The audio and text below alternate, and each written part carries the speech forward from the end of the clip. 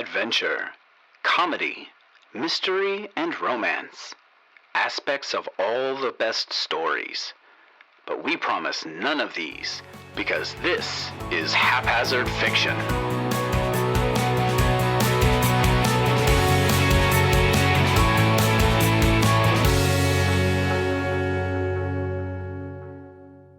Malcolm, you notice a woman, and she's wearing some very skin-tight pleather. There's some little squirrely old man patting her on the shoulder. Dude in the black suit still standing by. Shoot him in the face. Shotgun blast to the face, shreds the side of his face, and underneath it, you see what looks like stone. Underneath, growing real skin. He jumps forward at you, claws you across the chest. Meanwhile, you fire at him, and he shoots, and you knock him backwards as the doors close. Bing! The doors open up, and you're looking at a beautiful penthouse seating area. Do you gentlemen mind if I come and join you? Take it your Harris? Yes, sir. That would be me. Oh, Master Poet. Yes, here he comes. He's a poet because of the way he massacres people. What exactly are you looking for? One of the daughters of Charlemagne. You want a deal of any kind? I need to know that what I'm trading for Do you is want the still finger? alive. The fireplace kind of pivots to the side and opens up to what looks like a panic room. And it's your wife. Poet steps inside the room and the door closes. I need to think.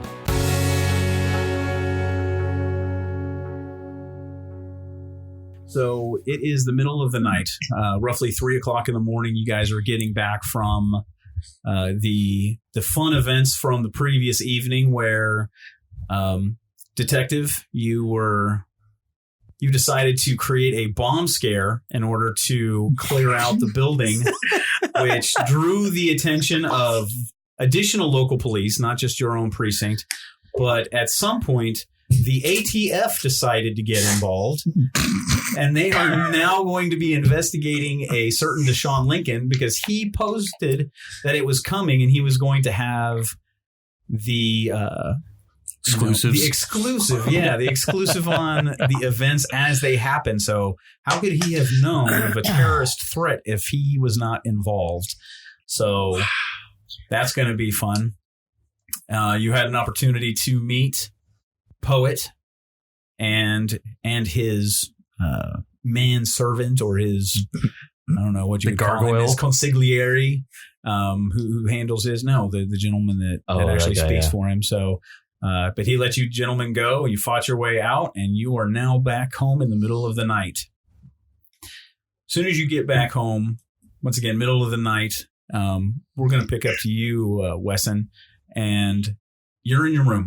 Mm-hmm. It's middle of the night, trying to wind down, but I'm sure your heart is pumping, your blood is racing. You were right there. I mean, she was in sight. I mean, you could have gotten her if your team would have potentially backed your play differently and let you take control. And I mean, you play back in your mind and you're thinking of all of these different ways that you could have gotten her out of there. You turn to the side, and out your window, setting on the ledge of your window, is a white dove. And it's just sitting there, just kind of on the edge, looking back and forth, kind of pacing back and forth. And you notice that it actually has something bound to its leg. Is it a copy of Purple Rain? No, it is not a copy of Purple Rain. That was a horrible joke. You can fuck you guys. That was fucking classic. Yeah, classic doesn't make it funny.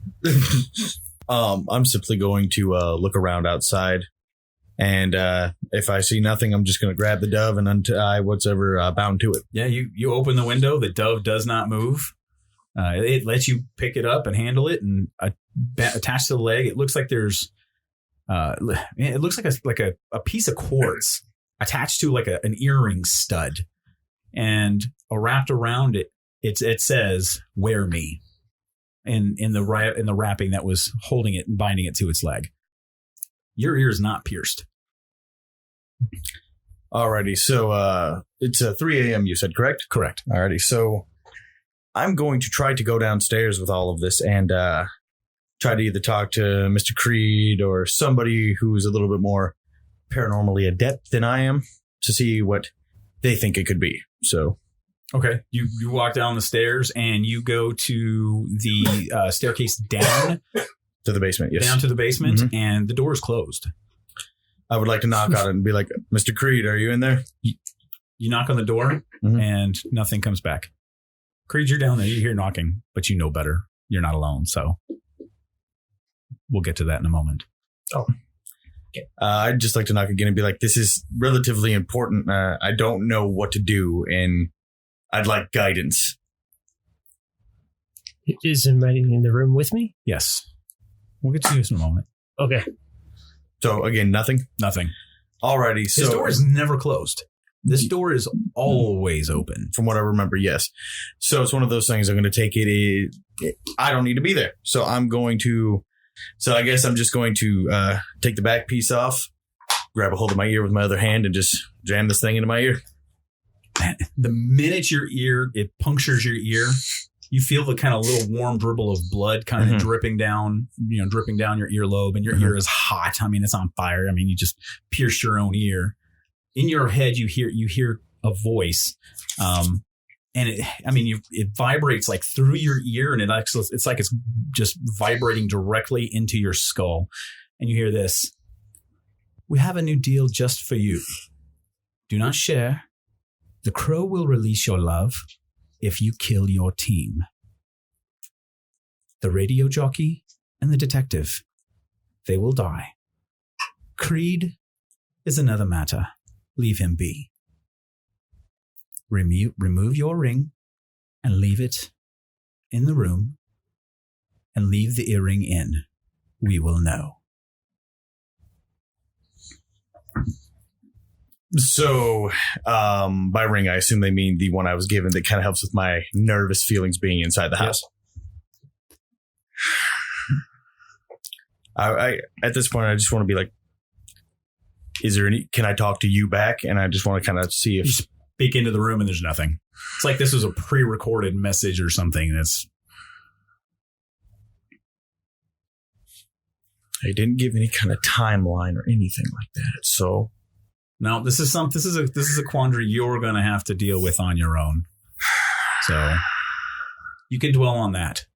Detective, gee, thanks. You're welcome. Fuck. Detective, you're in your room and you're just kind of hunched over the edge of your bed, just contemplating the events of everything you have. I mean, what are you doing? What's running through your mind right now? I've got my gun in my hand between my legs, just sitting there with my head down. The gun's just kind of loose in my hand. I'm just staring at it. Seen a lot of stuff. And I'm realizing very quickly that what I was taught for justice isn't going to cut it. Too many at the top are too involved. I don't know who to trust. I need to be able to keep people safe. But I now know that my own ways of being a cop don't cut it. Yeah, I'm looking at what we're going up against. I don't agree with Wesson's ways, but I'm contemplating, is he really wrong? You know what? You're fidgeting, flipping your safety on and off on your pistol, and just these deep dark thoughts rolling through your head. And then you realize you're not alone in your room. You look up and you see a young boy and a young girl standing at your doorway. And you're looking at them, and they're just kind of just deadpan staring at you, just like looking through you. And as you make eye contact with this boy and girl, you hear voices in your head. Help me, avenge me, save me, help me, avenge me, save me. And as you're looking at them, these words just keep rolling back and forth, just nonstop. And you see them, normal looking children, but then transposed over them, you see their visages mutilated, blood running down out of their nose and their mouth. Their throats crushed and impaled by deep fingernails and just blood drenching their chests. These two images of these children overlapping, so you could see who they were and what they become. It's the kids that vampire killed, yeah. Yeah. As you're looking at them, then they kind of flash out, and immediately you see them flash in front of you, and each one of them has their hands on your shoulders. Your body goes into a spasm, and you look forward, and you see the vampire man that got shot in the face sitting in front of them. One of the, and you can tell you're looking through the eyes from one of these kids. They're sitting on a sofa, just staring at their hands while they're holding a hand of what looks like an adult, and you know this is their parent. This is their mother or their father. They're holding their hands, sitting on the sofa while this vampire is just watching them, smirking in front of them. And their parents, they're not live. They're not live hands.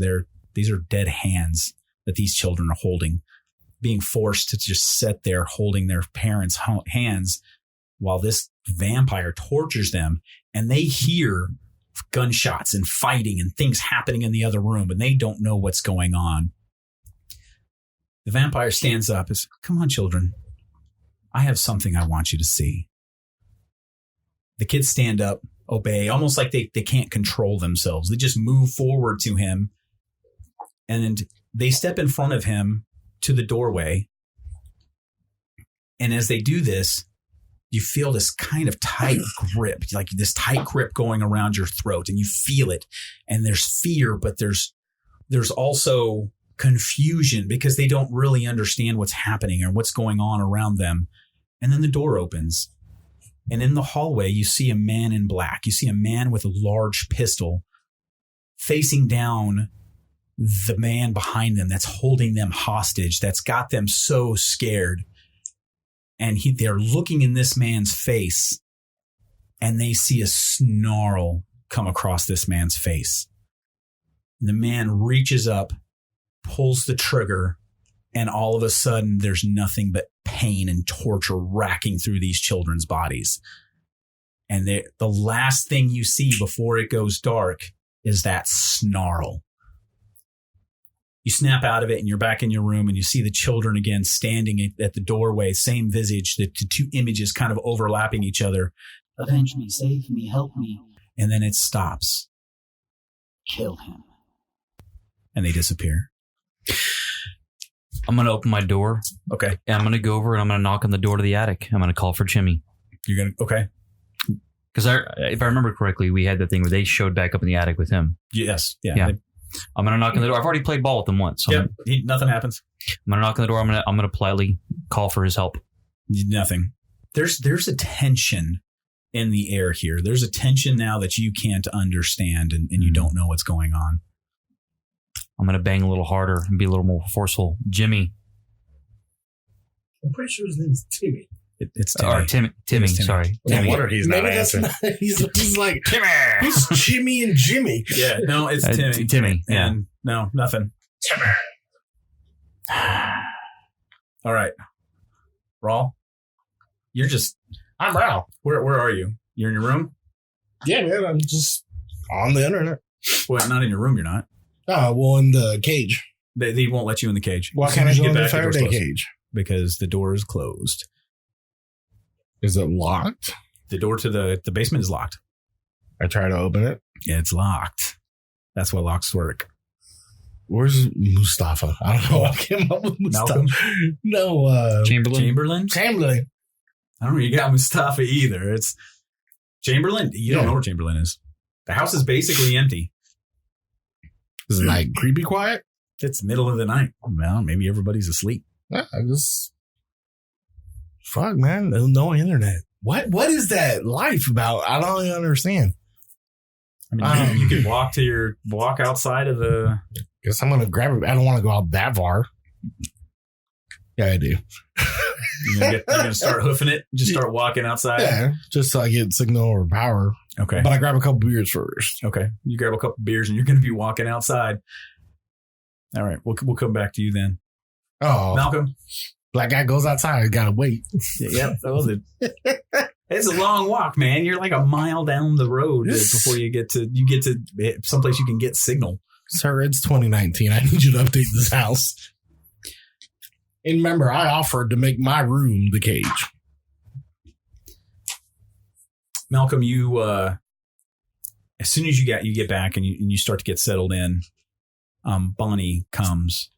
I'm like, sir, this is bad. This is really bad, sir. I think we need to. I got notice that Martin is coming. Martin's coming? Yeah. Damn. And once again, you remember. Not surprised. Martin was your Onoroi. He is now your still direct supervisor. He was Onoroi back in the 1940s, running the house for you, and you were one of his aspect team. Martin Gray is now been promoted into the higher echelon of the House of Morpheus, and Bonnie's direction that you get from the house is generally coming from him. So he is your direct link using Bonnie, and he's coming to the house because the events of last night were a huge clusterfuck. To say the least. I think we need to plan and see what we're going to do to move forward, because I'm kind of nervous. Honestly, there's nothing to plan for. I'm going to take it. I'm the leader here. See what he says. What happens begins and stops with me. Well, all right. Well, he's a dawn man, so I suggest you try to get some rest if you can, and I'll be back before first light to get you ready. Thank you. So, Deshaun, you finally get outside the scope of the magic resistance, and as soon as you get your cell phone signal going and you start looking at it, man, your hits are tagging like crazy. I mean, the amount of followers it just keeps rolling. But you notice that, man, this is probably bad. If they mention that the ATF is on it, you don't know how they're going to start getting and digging into your stuff now, because you just made yourself potentially a government target. If the ATF is involved, the NSA is going to be digging in on you. Then I need my sources to make like a invisible third party that's how I knew where to go. There was an email I got, a tip. Okay. Roll net friends. Suspicious minds. Suspicious. I think this is going to be a manipulate somebody. If you're going to utilize your net friends, this is a manipulate somebody kind of role to get them to do something for you. I'm rolling 2 dice, right? Yep. You always roll 2 dice. Come on, charm. 8. Okay. They'll do it, but they're going to want a favor in return from you. Okay. And that favor will become when they are ready for it. And if you say no, they're going to release everything to the authorities about the scenario. I thought they were my net friends. They are net friends. They want something in return. All right. They're net friends. They're not like people that really give a shit about you. If there's something for them to be gained, they're fair weather net friends. Yeah. Fucking trolls. All right. So they go to work, start making that happen. Yeah. So through the night, I don't know if you get rest or sleep. At 7:00 in the morning, the bell starts to toll on that grandfather clock, the clock that never goes off. And it actually starts going off, and it's loud. I mean, it rings through everything. Malcolm, just before that period of time, before that happens, Bonnie comes in. I'm sorry, Malcolm. I didn't have time. And I'm already up. Okay, Martin walks in right behind her. I'm already up and dressed. Creed, and everything. It's good to see you. You're looking very well. You too, Martin. How is the team treating you? Martin, I think you know the answer to that. I do. That was a polite conversation starter. I motion him over to the desk of the. He sits in your chair. It's fine. Yeah. Is Chamberlain still doing his magic with the stakes? And I mean, if I remember correctly, he was pretty remarkable. He is. Could you please get him to make my breakfast? I would love a rare steak to start my day. A little protein is a good way to start the day, especially with the day we're going to have ahead of us here. Yeah, Spartan, I can do that. So I walk upstairs. I know my role. Yeah. You walk into the kitchen and Chamberlain's up there carving meat, covered in blood, and wearing his dirty apron. He's confused. I need you to make Martin a steak. Martin? Now. Oh, fuck. He goes into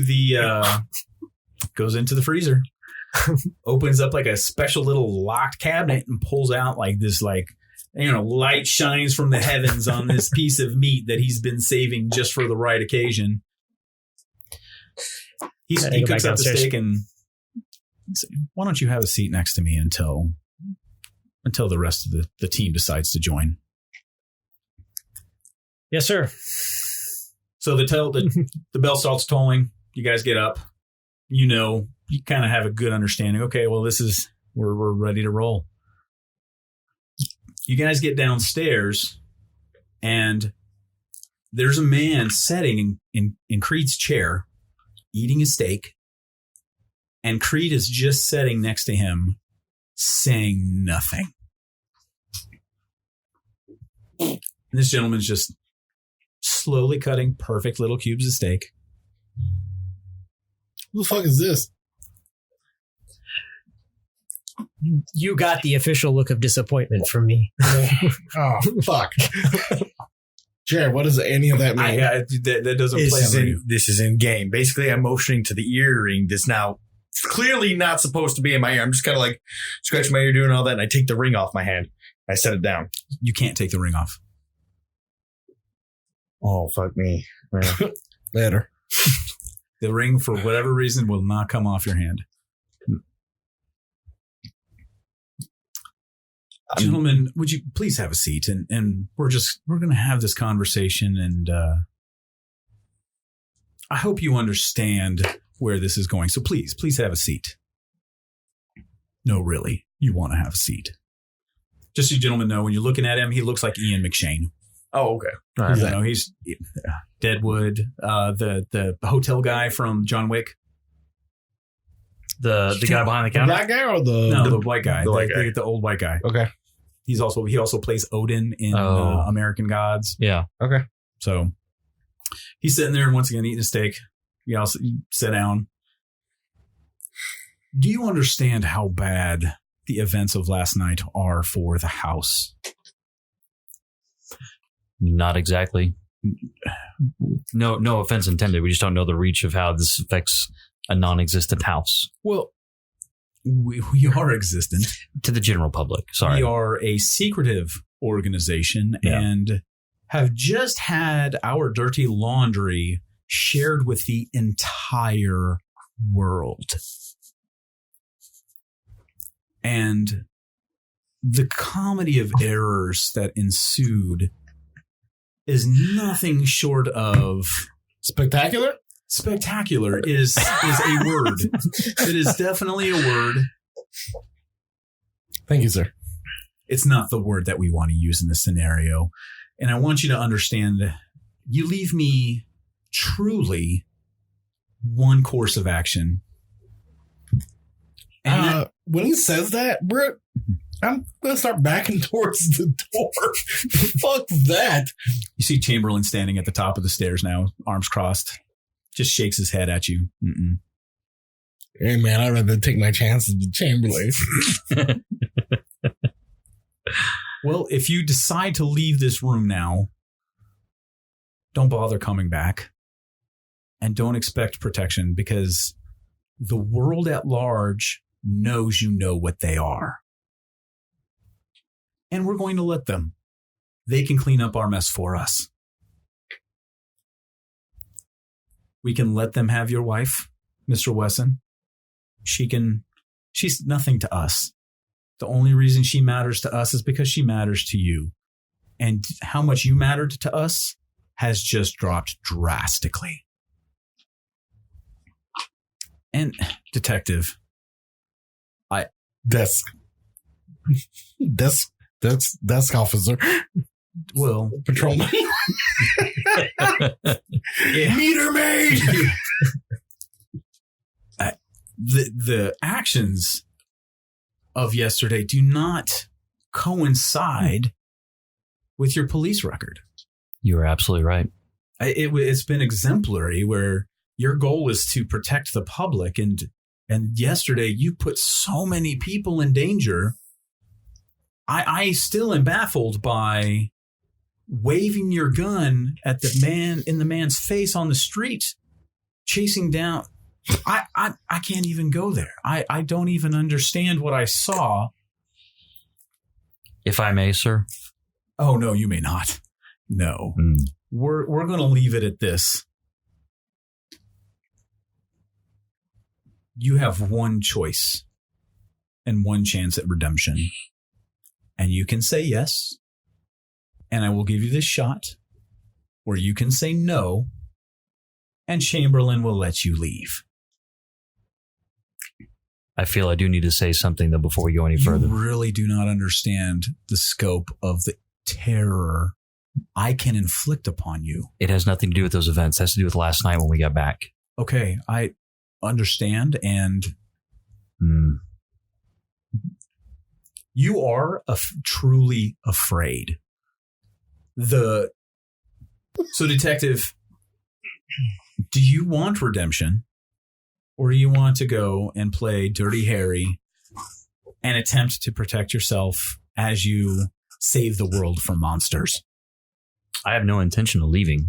So your answer is yes, you are in. Yeah. Enough. And Wesson, you wish to save your wife, correct? Yeah. And we believe to have the only way to truly protect her, correct? God, I hope so. So are you in? Yeah, I'm in. Mr. Lincoln, I don't even know where to begin. But you now know of conspiracies and magics and things that you could have never fathomed.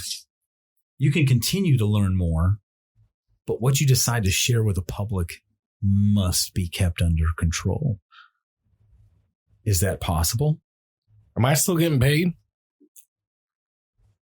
Well, you earn a paycheck, so yes. Can I get an increase since No. you're not letting me put I will everything let you out not there? die. If that's worth anything. How big is my paycheck? Now, you've never discussed how much the actual pay is going to be. You just got a $20,000 check a few days ago. But that was for consignment. Yeah, man. But you will have to be more specific as to what can or can't be shared, because that's the purpose of me being here.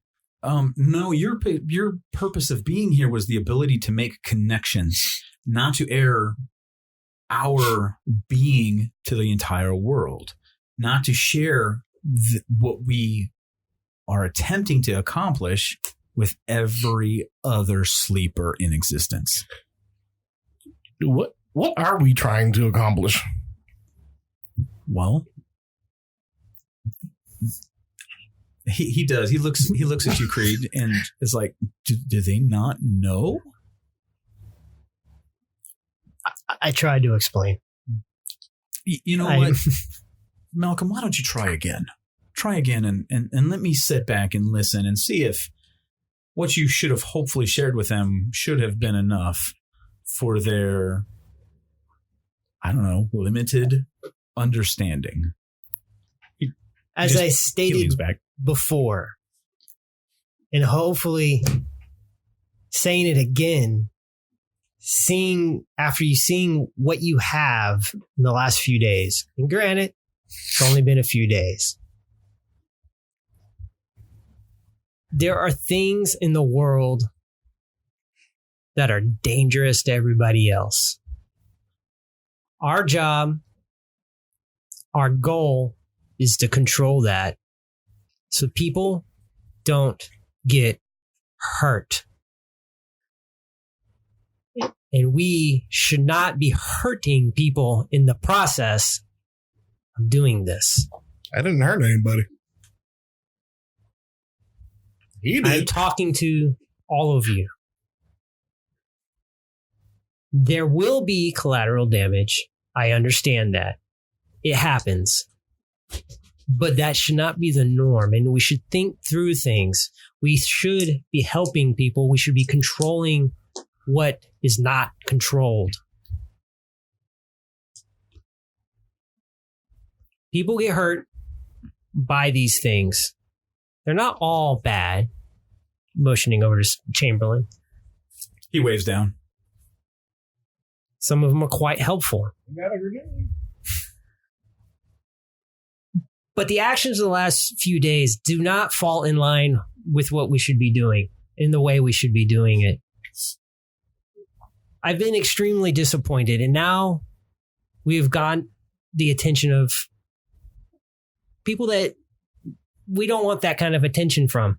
Both from the superiors in the house, but not that. That's not my concern right now.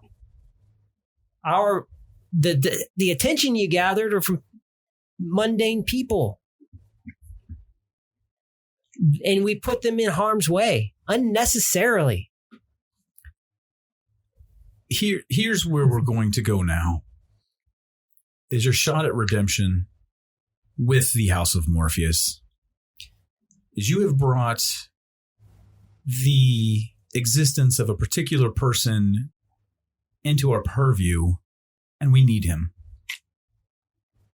Lady Morgan, the seductress that you saw the other evening, has in her control a sin eater. We want him. In fact, we need him.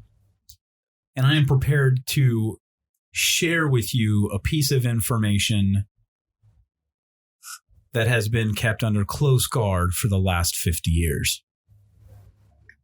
If you gentlemen would like to take that next step, I'm happy to bring you further into the fold in hopes that you will be more prepared when you go after him. Understood? All right. Everybody nods and you move forward. Sir. Is this like those things from Harry Potter? The sin eaters? There's no sin eaters in Harry Potter. Yeah, there is. Death eaters. Oh, that's right. Are the Dementors? Yeah, they were Dementors. My bad. Sir, if I may, before we go. Yes? I need to tell you about something that happened last night when I was in my room. If it does not pertain directly to the actions at this moment, it's not my problem. It does. You can deal with that with your owner, Roy. It does. We'll discuss it. We'll discuss it later. They contacted me last night to kill Wesson.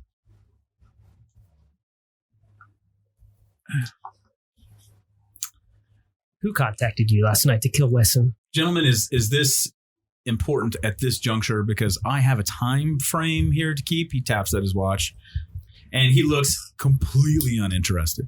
We'll discuss it after this. Okay. He stands up and he starts to go. He walks over to the stairs. Gentlemen, if you would please follow me. He starts to go up the stairs and he starts walking at Chamberlain. You see Chamberlain get nervous. This gentleman walking towards him, he gets scared, kind of watching. You hear behind you, Creed, Bonnie kind of makes a little squeak noise as soon as she sees that he's going to go up the stairs. He's going to go in there. You don't know what this is about. As soon as he starts to get up the stairs, you guys like looking up the stairs, Chamberlain moves out of the way, and you see Timmy at the top of the stairs. And Timmy is in his little baseball uniform, but the way that you saw the kids with their, overlapped with their bloody bodies, you see Timmy, all of you see Timmy missing an arm and his leg just torn open. gashes down his front and just blood running down him in endless rivulets. You see these two images of Timmy overlapping each other as you stand up. And Timmy's looking down at Gray, furious. You start the walls. Let's just get to the top. As he gets to the top, the walls and the house start shaking. And he looks down at Bonnie. Why do I let you keep him? And she looks kind of scared. He's just a boy. He can't help it. He's just a boy. So I suggest you calm him, or I will remove him. He walks out, and the kid starts kind of flashing back. As everybody gets to the top of the stairs, Martin's just walking towards the door, the front door. And the kid flashes back. The doors to the kitchen slam open, and knives start shooting out. And Chamberlain's, no, those are my good knives. And they start impaling into the wall. And Martin's just walking super calmly as you see this happening. And he looks at the boy, and he looks back. Bonnie doesn't come up the stairs with him. Bonnie stays downstairs. Creed, you will have to deal with that. And he steps outside. As soon as Gray leaves the house, it stops. The shaking kind of starts to subside, and you see Timmy kind of calm down, but you still see the overlap of the images on him. I'm going to run up real quick to Timmy, kind of like a big brother to a little brother, and I'm going to kind of get down in front of him, just like... As soon as you drop in front of him, he disappears. Okay. So everybody gets outside, and Martin's walking around behind the house, and Creed, you know, he's walking to the cave. Like, this is a cave that you've been told not to enter for the last 10 years. You were told to leave this place alone. He walks over, in the cave is and just kind of in an outcropping of rock, and he ducks down, he goes in. As soon as he steps in, torches along the side light up.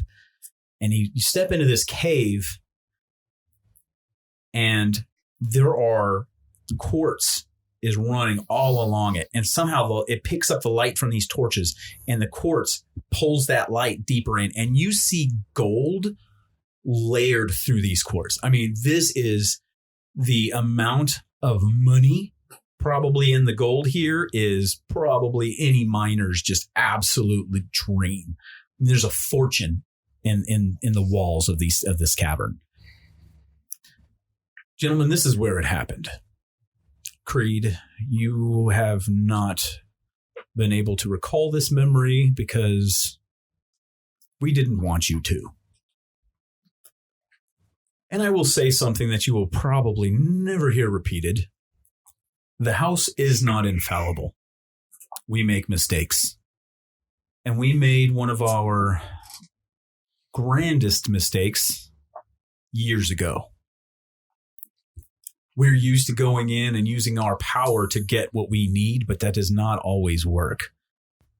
From deeper back in the cavern, you see another gentleman kind of start walking out towards you.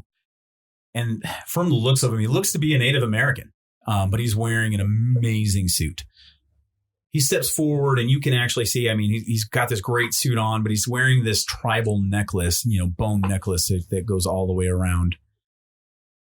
And Rawl, a teardrop rolls down his face. Gentlemen, this is one of the few remaining shaman from the Ute clan. I apologize, I may not share his name with you, but what is important for you to know is that the Ute used to protect this site, and they do no longer. Do I not know this guy? You don't remember him. No, this guy, you've never seen this guy before in your life. Okay. I mean, the dude probably looks like he's in his mid-50s, but I mean, that doesn't necessarily mean anything. Over the years and millennia that the Ute controlled this area, they provided tributes to the gods who protected this area, to the spirits and the powers that kept it in control. Well, we do what we did. Or let me rephrase that. We did what we do. And we beat it. We destroyed it. And by doing so, we lost the battle. We were not supposed to control it and push it into submission. We were supposed to earn its trust. So we have failed it. We have created a grave sin against the land. And we need the Sin Eater to fix that. We need the Sin Eater to remove the corruption that battle laid upon you. To remove the curse that your eyes will not let you see. I'm looking at him puzzled. Really puzzled. The truth is here, but the glaze on your eyes keeps you from knowing what is going on in the world around you here. You cannot see it, but it is there for you. The way the Ute would be able to see it. You should be this new shaman. Martin, what are you talking about? I can't exactly tell you or explain it. The best we can do is let you revisit it.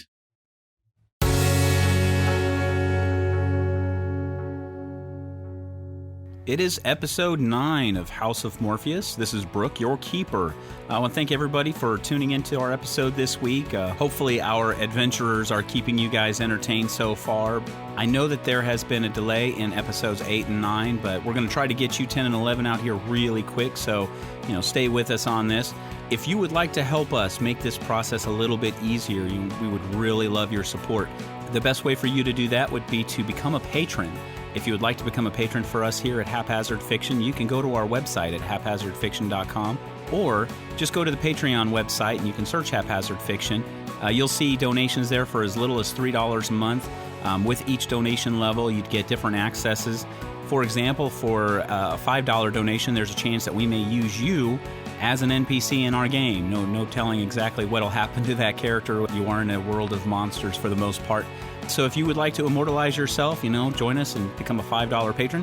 If you'd also like to know a little bit more about us, please check us out on our social media pages. You can see us on Instagram, Facebook, Twitter. We put out there when we're going to have new episodes dropping. But also sometimes you'll be able to get some behind-the-scenes footage. Check out the War Room where we do our recording here now. We've got a lot of cool stuff going on in this room, and we have a great time being able to record here. But really, this is all about thanking you guys. We appreciate you tuning in, and we do take you back to the House of Morpheus.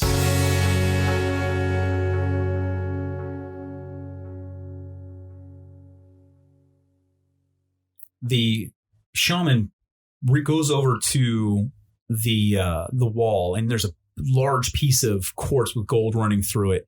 He pulls out a hammer from, I don't know, some pocket. He didn't even realize it. He swings it super hard, and just this piece of crystal crunches off in his hands, and he walks over, and notice the crystal has a slight orange glow that is reflecting off of all the gold on the inside of this thing. Gentlemen, if you would place your hands upon the crystal, we can help you share in the experience. And he steps back. All right. Touch the rock. Swan for all, a null for love. All right, Brian Adams. I lay hands. I put my hand on it. You're in the cave, and you can see there's tons of light coming from around you, like all of the veins of the quartz that's running everywhere. It's not just the light that was being refracted from the torches. There is a light from within shining in this cavern. And all of a sudden, Creed, you're with your team. You're with Evelyn and Teddy McAvoy and Shaw, and you're in this cave.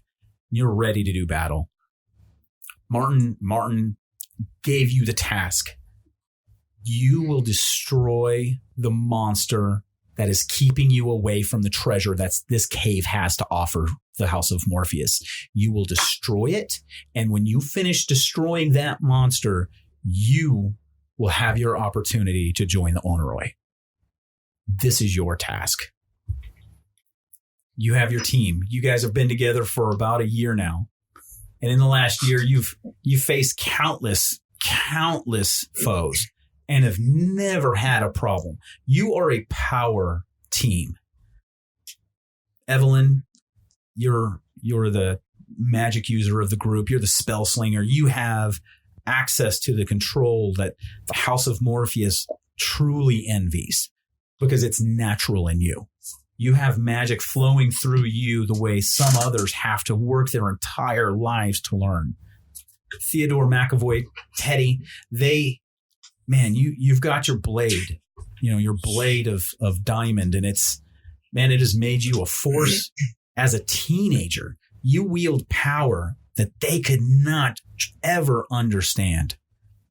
Shaw, you've been through so much. You've seen vampires and you've lived through it all. You've been able to hide and do what you need to do. And in that time, you've been able to gather a good amount of information, and you can sniff things out the way that the House of Morpheus truly needs. But all of you truly respect Malcolm and what he's been able to do and the way he's been able to protect this team and to kind of keep you guys together. You are a strike force like no other. But, Deshaun and Lane and Caspian, you guys, you're there. You're in these bodies. Deshaun, Evelyn Mayers, she's tough, and and you see what's going on, and you have control over the situation. You can control her body. You pick up the hand to look at it, and you see her hand, but this is what she would have done. She would have looked at her hand that way.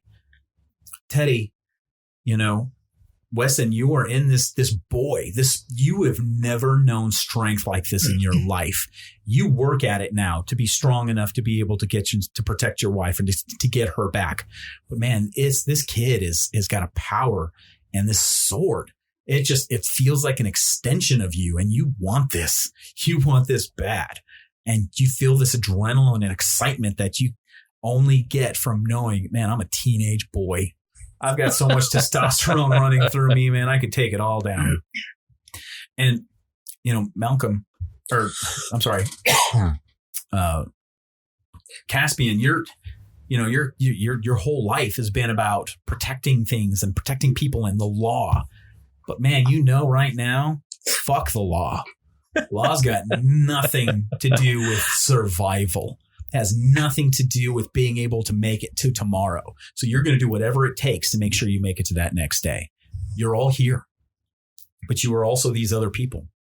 But Malcolm, this is just you. You're here with your team you trust, and you're ready to go forth, and you're ready to fight and destroy this monster and win that treasure for the house.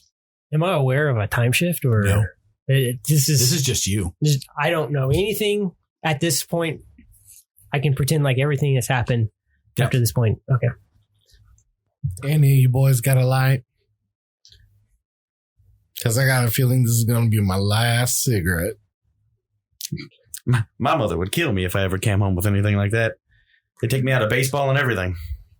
I've never led y'all astray. We'll win. Let's go. Oh, yeah.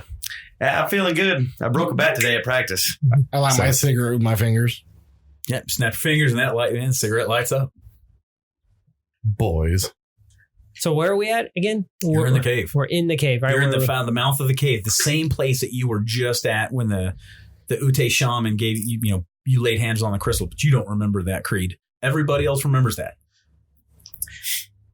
Are we aware of what the monster is and what we're looking for? You just know it's deeper in the cave. Follow the light, and you'll see it. Oh, there's a light at the end of the light goes deeper into the cavern, so you don't feel the rumble. If you want to say it's like a growl, but it's like the entire mountain is growling at you. Well, this is an interesting one there, boss. You never had us in a situation quite like this. Not afraid of a cave, are you? Me? Afraid of anything? As I kind of pull out my sword and go, not with you as our leader. I'm gonna walk. I'm gonna walk on in. I mean, I'm gonna look to see what's going on. And we're all just keep moving down the cave. You guys got to learn by now. Stop taking everything so serious. I mean, got to take some risks, and this is not a time to be pussyfooting around. But I mean, you could lighten up a little bit and enjoy the moment. Man. Come on, we're young. We're about to do something nobody that we've ever heard of has done. Hey, let's talk more action. Let's go. Yes, sir. Evelyn, the one thing that truly makes you nervous here is the fact of, once again, what the power is that runs here. They've trained you on this piece because of your magic ability. The lay of death, the lay of life, and the lay of earth conjoin here. Life, death, and stone. That's a scary trio. You have no clue what the hell you're going up against in there. I know, so I'm smoking my cigarettes. My Slim Jims 120s. Or is it 200s? I don't even know. You got that big stick thing that they smoke them out of on the tip. So Yeah. that way, yeah. It's hot. It was in the 1940s.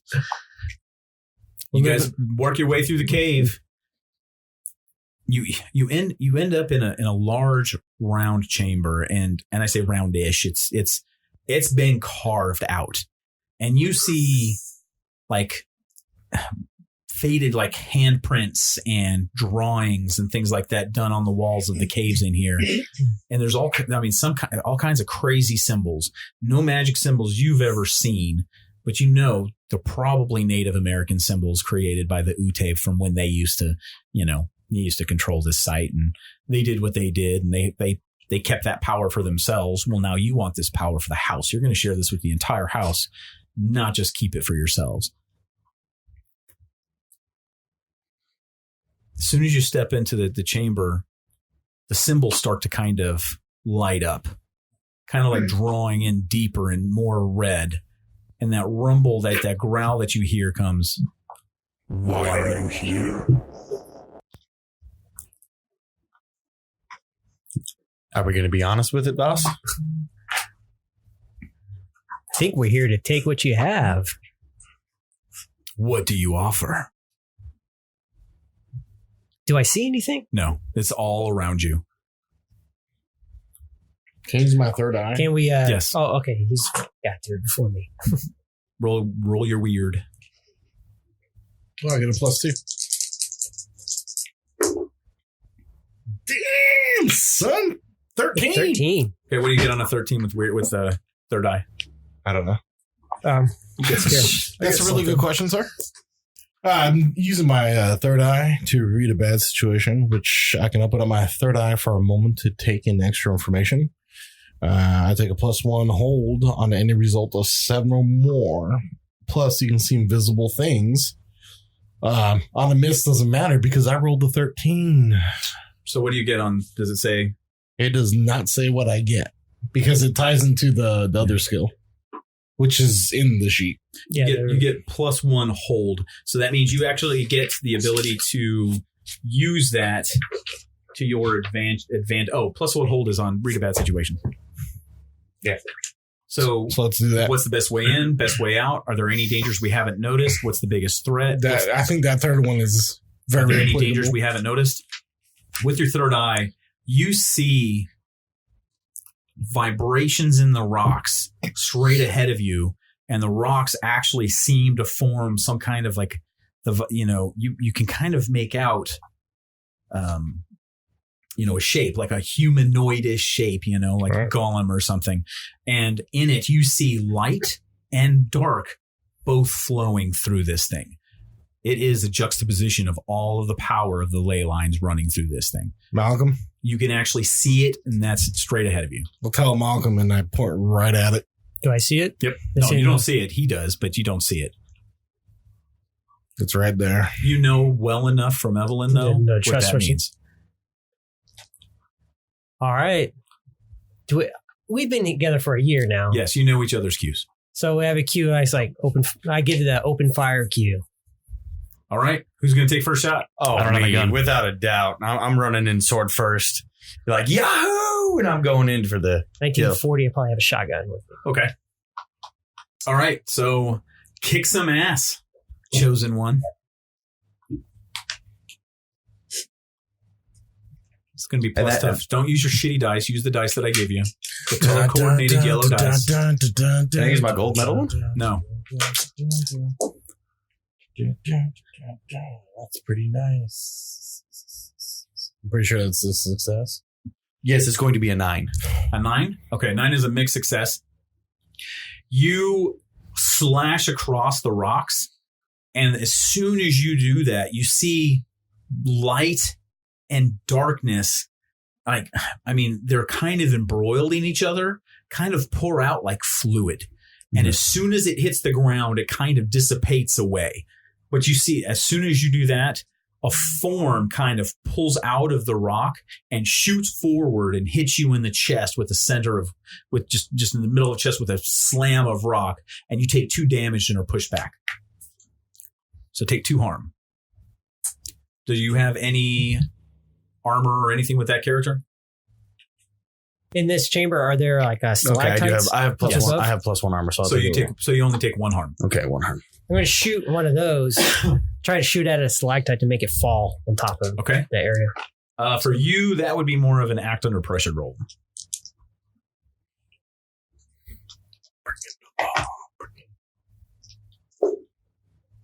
That's a 7 plus. What is that? Act under pressure. Or is it? You're cool. You're cool. 9. Okay.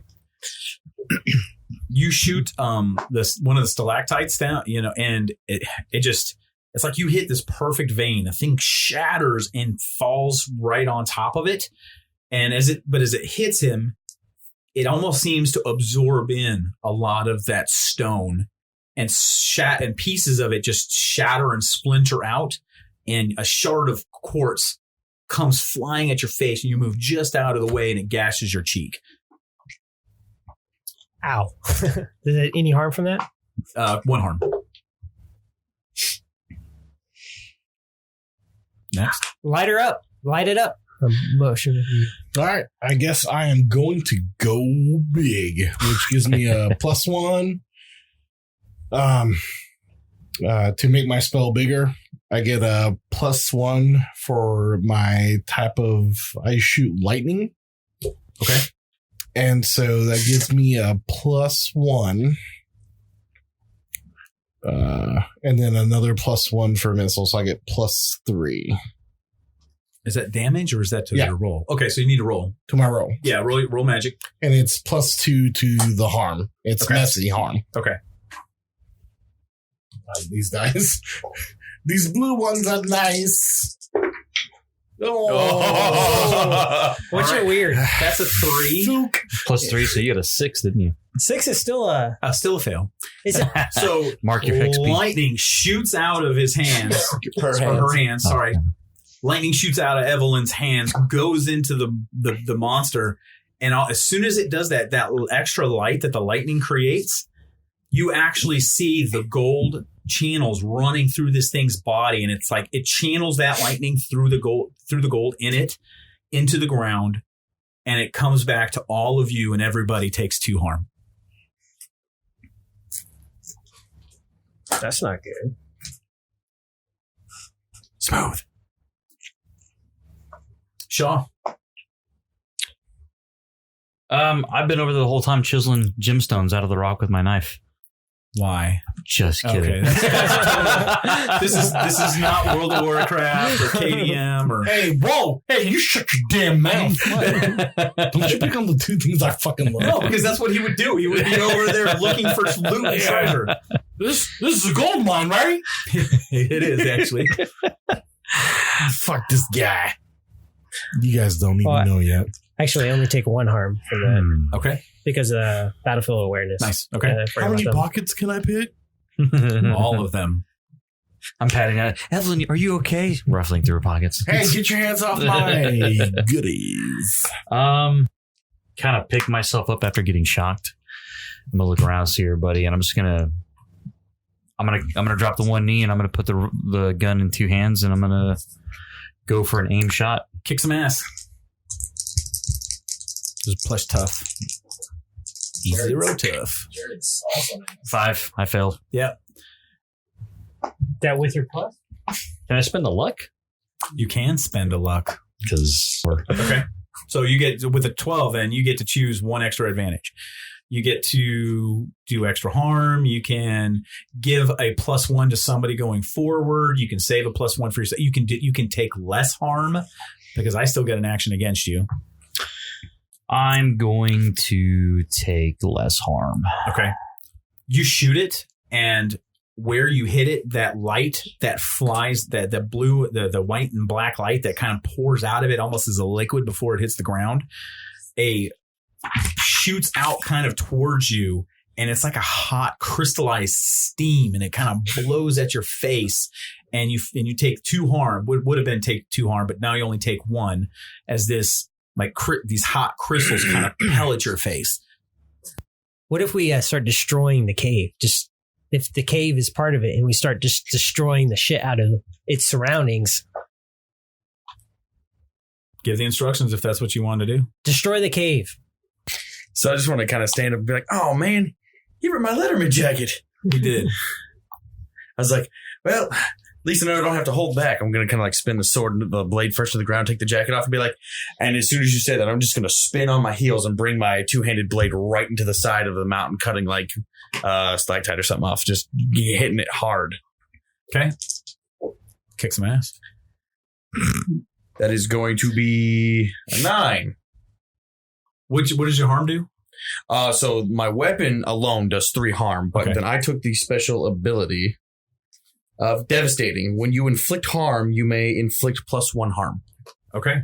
So I will do 4. Okay, so you slice through a stalactite and you kind of cut deep into, well, it wouldn't be a stalactite if you're going through, you like cutting through Stalagmite. As you cut through, you break one of those veins of crystals coming through, and the light dies. The light dies in that crystal, and you notice, the cave rumbles deep when you do that. After you do that, the rock golem pounces on you and basically pushes you again with both hands this time, trying to push you further out the doorway, and you take 2 harm. I am almost unstable. Hey, Evelyn, shatter the crystals with your magic. You got it. Like an opera singer. Because it's all crystal in here, right? Mm-hmm. Okay. Just use your magic. That really seems to work. Is that like stand up? I'm like, I spit lightning out of my mouth at one of the crystals. Okay. Roll weird. oh my. Spin luck. Yeah, I must have been look. Full success, ladies and gentlemen. Right.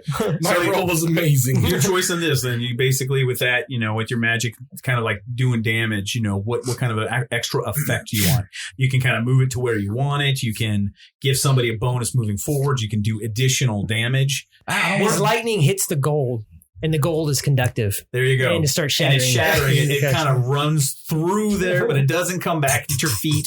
And you see little like bursts of crystal shattering through the room like firecrackers. I imagine that whole like quarter of the room goes dark. As soon as that happens, Raul, the golem picks up a large chunk of the stalactite that had fallen on it earlier and hurls it at you. And you take 3 points of damage. But I used my luck. That means you did extra damage. It doesn't mean you don't get hit. But I thought you only got hit on partial. I'm a lady. No, yeah. And I'm a pretty lady. I got charm. Sorry, pretty lady. Mr. God. I'm pretty sure any lady that Raw plays is not a lady. Yeah. She is. I know what the difference is. You don't know me. Well, fuck him up. Oh, yeah, right when he does that, I'm going to shoot at it again with actually, so half when the like other half, like a quarter of the room. Like it's did it just go dark or did it shatter? No, it's going dark. Like the light that was shining, that was running through it, just dies. So it's getting weak. And all I have is a shotgun on me. Out of curiosity, I'm going to shoot part of the wall now. I'm going to like shoot over it.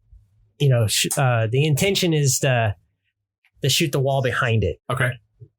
So that I can see if it's weakened and see if it's in a weakened state or not.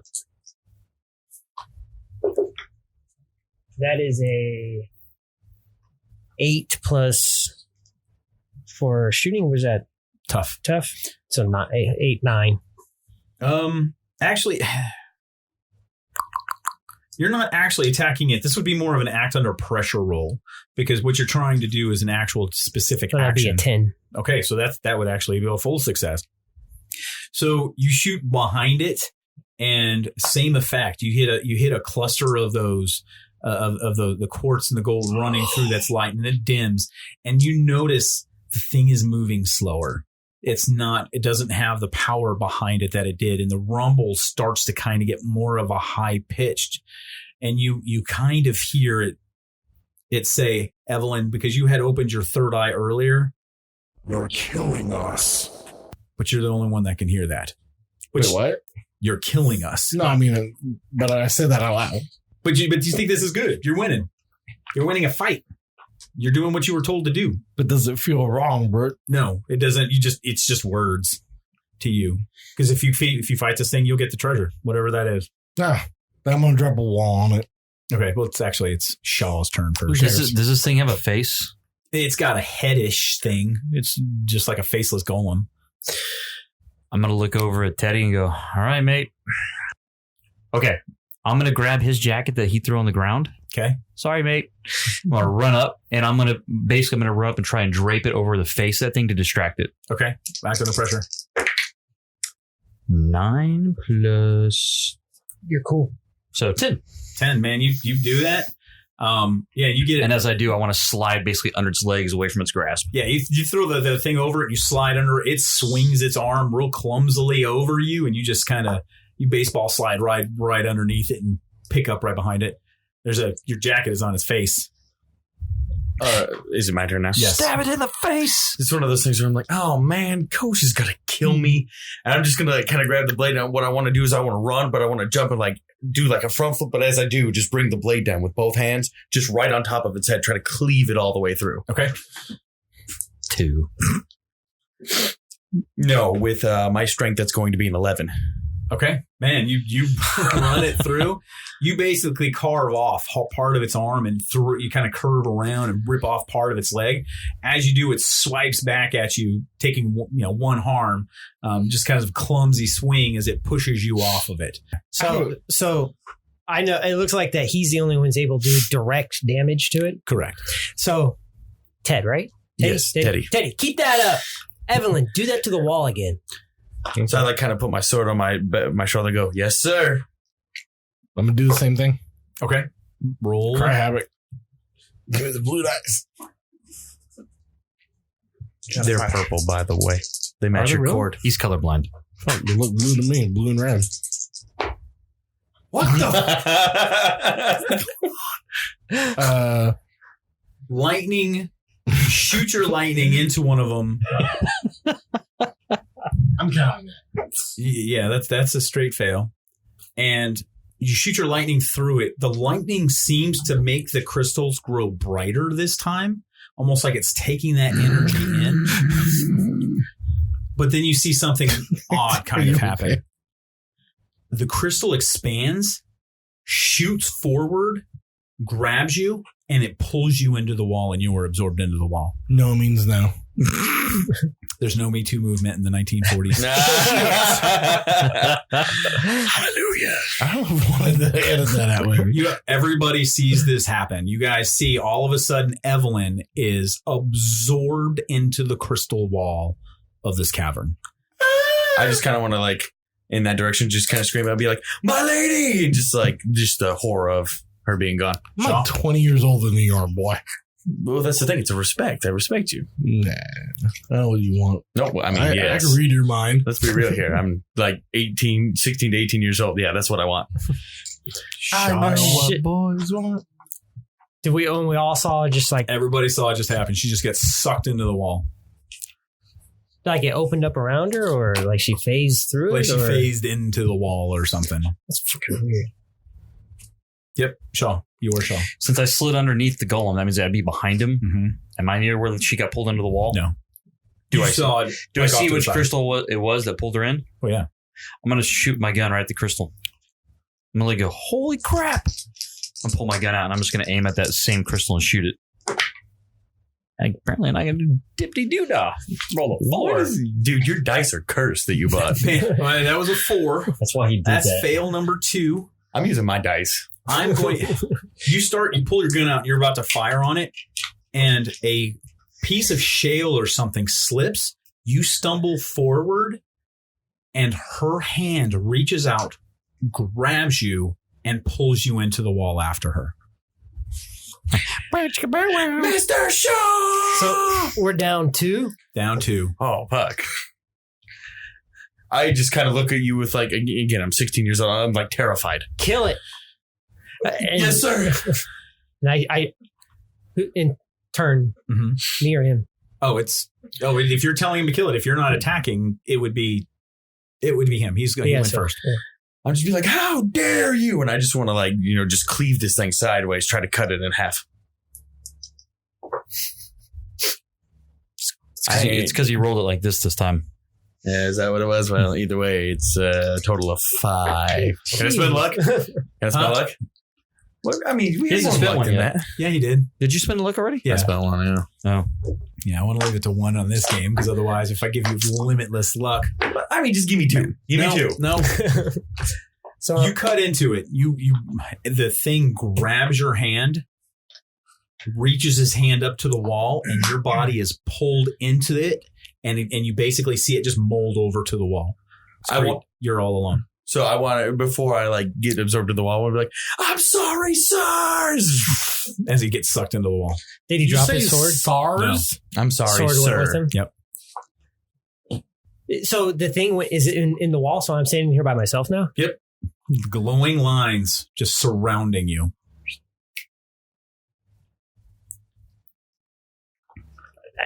Shit. Let's go and roll. Read a bad situation.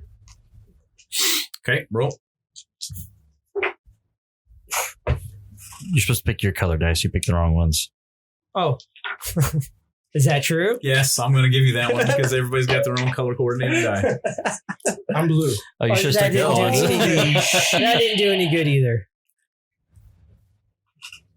I failed. So you fail? Yeah, but on that, it just is. I just don't know. I get a hard rolled against you. Ah, Jesus. All right. So basically, you hear their screams echoing through the vibrations of the crystals in this room, and that's it. That's all that's happening right now. Your turn again. I shoot at the wall. Did the glow come back to the room, or is it still half gone? And it's more than half gone now. It's the glow. The only side that's still glowing is the side that they were all pulled into. I start, just attacking the glowing wall. Hopefully, shatter it, have them come through. Just start just unloading every round I have into it. Nothing comes out to fight you. You start unloading into the wall. The lights running through the crystals on this thing start going out, one at a time, like veins running through this thing and pumping the life energy into this mountain. And you shoot the last one. And as you shoot the last one, that glow as it disappears turns to a dark rivulet start pouring through. And as that rivulet pours out, you see it forming into a puddle on the ground.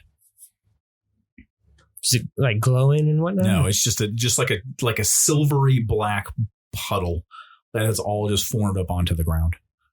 Take an empty shell and just kind of toss at it and see what happens. Just see what it just kind of like. It's kind of like throwing something into tar. It kind of sinks in and just kind of weird ripples. But the glow is all gone. The glow is basically gone. There's still light coming in from the entrance, so you still have a little bit of light you're able to see within here. So you can still see it, and of course, there's a weird, the fact that it's reflecting and there's so little light in here. It's definitely obvious. I go over to the wall where Evelyn was pulled into the wall, and take the butt of the shotgun and start chipping at the. You're doing nothing. You're destroying the butt of your gun. The wood is less strong than the stone beats paper. Shit. Something inside of you I don't know. I'm at a loss. I mean, you were sent here for a treasure. After you destroyed and beat the monster, There's only one thing that you've seen This that's is been here. puddle. That's one thing is, do I have anything on me that I could No. scoop this up into? No. Show them this time. Canteen. I walk over to that puddle thing Mhm. and I want to see if it's deep. I stick the barrel of the gun in there and just kind of push. You stick the barrel of your gun I'm in. trying to figure out what's going on in there with that.